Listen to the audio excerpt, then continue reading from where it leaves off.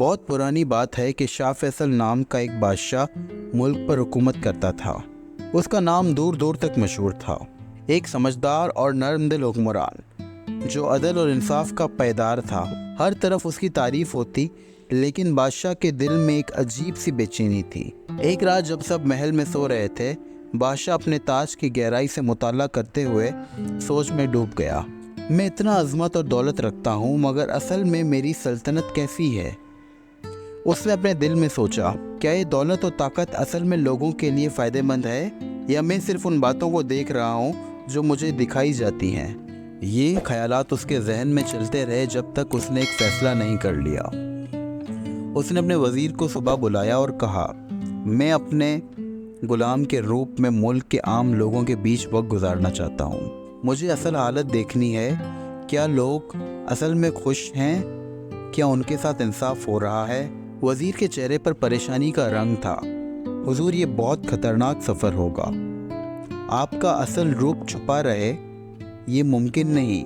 لوگ اگر آپ کو پہچان گئے تو آپ کی زندگی خطرے میں پڑ سکتی ہے۔ لیکن شاہ فیصل اپنے ارادے سے نہیں ہٹا۔ اس نے کہا، میں اپنے ارادے میں پکا ہوں۔ تم ایک وفادار غلام کا انتخاب کرو جو میرے ساتھ سفر کرے۔ ہم دونوں اپنی اصل پہچان چھپا کر عام لوگوں کے درمیان جائیں گے۔ وزیر نے بہت سوچنے کے بعد رحیم کو چنا، ایک وفادار، سمجھدار اور مضبوط غلام جو ہمیشہ بادشاہ کا بھروسے مند ساتھی تھا۔ رحیم ایک محتاط اور باطمین غلام تھا جو زیادہ بولتا نہیں تھا، لیکن جو بھی کرتا بہترین ہوتا۔ شاہ فیصل اور رحیم عام کپڑوں میں شہر سے چھپ کر نکل گئے۔ شاہ فیصل نے اپنی اصل شناخت کو بالکل چھپا لیا تھا۔ سفر کا پہلا ہفتہ گزر گیا اور ان دونوں نے اپنے راستے میں چھوٹے چھوٹے قصبے دیکھے جہاں زندگی کی صدیوں پرانی چھویاں نظر آئیں۔ لوگ اپنے کاموں میں مصروف تھے، لیکن ان کے چہرے پر ایک عجیب سی اداسی تھی۔ ایک دن دونوں ایک شہر کے بازار میں پہنچے جہاں غریب لوگ ایک کسائی کے درمیان گھیر کر کھڑے تھے۔ کسائی نے گوشت کا ڈھیر رکھا تھا، لیکن وہ کسی کو بھی کچھ نہیں دے رہا تھا۔ شاہ فیصل نے دیکھا کہ غریب لوگوں کے ہاتھ خالی ہیں اور ان کی آنکھیں گوشت کی طرف دیکھ رہی ہیں جیسے وہ ان کی زندگی کا آخری ذریعہ ہو، لیکن کسائی بنا کسی رحم کے انکار کر رہا تھا۔ شاہ فیصل کا چہرہ غصے سے لال ہو گیا، لیکن اس نے اپنے جذبات پر قابو رکھا۔ رحیم نے دیکھا کہ بادشاہ کے دل میں پریشانی بڑھتی جا رہی ہے۔ حضور، رحیم دھیرے سے بولا، اگر آپ کہیں تو میں کچھ کروں؟ بادشاہ نے صرف اپنے ہاتھ کے اشارے سے منع کر دیا۔ اس نے سوچا، مجھے ان حالات کو سمجھنا ہے۔ میں اپنے آپ کو روکنا نہیں چاہتا، لیکن ابھی سمے نہیں ہے۔ رحیم کسائی کے پاس گیا اور کہا، ہم مسافر ہیں، تم سے بس اتنی گزارش ہے کہ تھوڑا گوشت دے دو۔ ہم بہت دور سے آئے ہیں اور ہمارے پاس پیسے نہیں ہیں۔ کسائی نے غلام کو اوپر سے نیچے تک دیکھا اور پھر ہنس کر کہا، تم جیسے غریبوں کو کوئی گوشت نہیں ملتا، پیسے لاؤ تب بات ہوگی۔ رحیم نے کچھ نہیں کہا، لیکن واپس بادشاہ کے پاس آیا۔ حضور، آپ نے دیکھا، یہ صرف ایک مثال ہے اس ظلم کی جو یہ لوگ روز دیکھتے ہیں۔ بادشاہ نے صرف سر ہلایا اور سفر آگے بڑھا دیا۔ دوسرے دن دونوں ایک اور شہر میں پہنچے۔ وہاں بازار کے بیچ میں ایک کھندار حالت کا غریب چور لوگوں کی گرفت میں تھا۔ وہ اپنے آپ کو چھپانے کی کوشش کر رہا تھا، لیکن لوگ اسے قید کر رہے تھے۔ بادشاہ نے دیکھا وہ آدمی صرف ایک روٹی چرانے کے الزام لے کر اتنی بڑی سزا کا سامنا کر رہا تھا۔ لوگ چیخ رہے تھے، یہ چور ہے، اس نے روٹی چرائی ہے، اسے مار ڈالو۔ رحیم نے دیکھا کہ بادشاہ کے چہرے پر درد تھا۔ اس نے سوچا کہ بادشاہ کو یہ سب کچھ دیکھ کر یہ محسوس ہو رہا ہوگا کہ اصل حالت کتنی خوفناک ہے۔ شاہ فیصل کے دل میں ایک سوچ ابھری، یہ چور اگر غریب ہے تو کیا صرف اس لیے سزا مل رہی ہے کہ اس نے اپنی بھوک مٹانے کے لیے روٹی چرائی؟ اور امیر لوگ جو لوگوں کا حق مارتے ہیں، ان کا حساب کون لے گا؟ لیکن پھر ایک رات آئی جو ان کے سفر کا سب سے بڑا امتحان بن گئی۔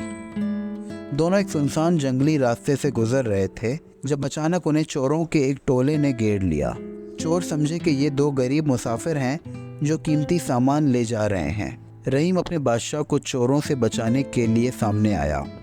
میں ان چوروں کو روک لوں گا حضور، اس نے کہا، لیکن چوروں نے اسے پیٹنا شروع کر دیا۔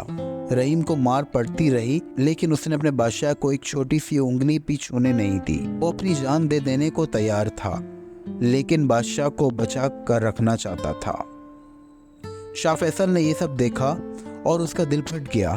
میں اپنی اصل شناخت اب چھپا نہیں سکتا، اس نے سوچا۔ اگر اب چپ رہا تو ایک بے گناہ غلام اپنی جان دے دے گا۔ شاہ فیصل غصے سے گرج اٹھا، رکو، تم جانتے بھی ہو کہ تم کیا کر رہے ہو؟ چور اسی گرجتی آواز سے رک گئے۔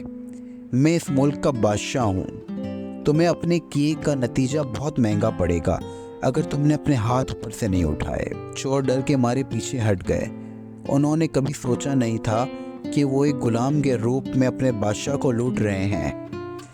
وہ سب وہاں سے بھاگ گئے اور رحیم زخمی حالت میں پڑا رہا۔ شاہ فیصل اس کے پاس گیا اور اپنے ہاتھوں سے اس کا زخم دھونے لگا۔ رحیم، بادشاہ نے نرم لیکن بھاری آواز میں کہا، تم نے اپنی جان دے دی لیکن میری حفاظت کی۔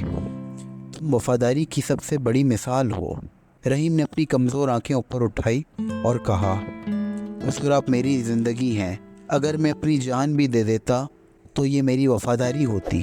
شاہ فیصل اور رحیم واپس اپنے شہر لوٹ آئے لیکن اب بادشاہ کا نظریہ بالکل بدل چکا تھا۔ اس نے دیکھا تھا کہ اس کی سلطنت میں لوگ کس حالت میں جی رہے ہیں۔ اس نے سمجھا تھا کہ اصل حکومت صرف طاقت سے نہیں بلکہ دل سے ہوتی ہے۔ واپس آنے کے بعد شاہ فیصل نے اپنے ملک میں ایک نیا قانون اور انصاف کا دور شروع کیا۔ اس نے رحیم کو اپنا سب سے قریبی وزیر بنا دیا اور ہمیشہ اس کی رائے کو اپنی حکومت کا حصہ بنایا۔ اصلی انصاف تب ہوتا ہے جب حکمران اپنی رعایا کا درد سمجھیں۔ اسی طرح کی مزید دلچسپ کہانیاں سننے کے لیے ہمارے چینل کو سبسکرائب کریں اور لائک اور شیئر کرنا نہ بھولیں۔